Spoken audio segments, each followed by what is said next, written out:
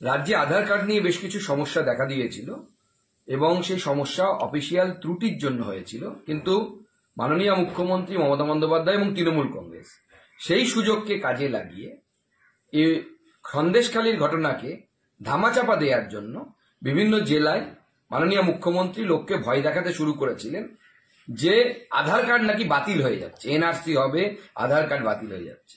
আমি বাংলার জনগণকে আশ্বস্ত করতে চাই, কারো আধার কার্ড বাতিল হচ্ছে না। মাননীয় মন্ত্রী শ্রী অশ্বিনী বৈষ্ণবের সাথে আমি দেখা করে এলাম। বাংলার প্রায় ৫৪,০০০ আধার কার্ডের সাথে এই সমস্যা হয়েছিল। আজ রাতের মধ্যে সমস্ত কিছু ঠিক হয়ে যাবে, মাননীয় মন্ত্রী আশ্বাস দিয়েছেন এবং আমি বাংলার মানুষকে আশ্বস্ত করছি।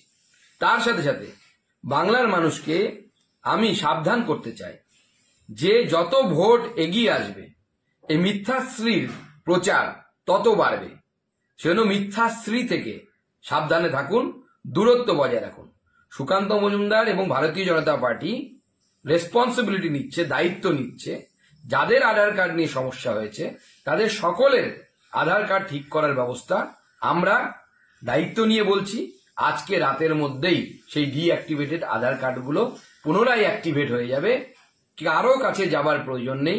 মুখ্যমন্ত্রী যে পোর্টাল খুলেছে সেই পোর্টালেও কোনো কিছু করার প্রয়োজন নেই। না হলে পরে আমরা ডিঅ্যাক্টিভেট যদি থেকে অ্যাক্টিভেট না হয় তার ব্যবস্থা আমরা দেখব।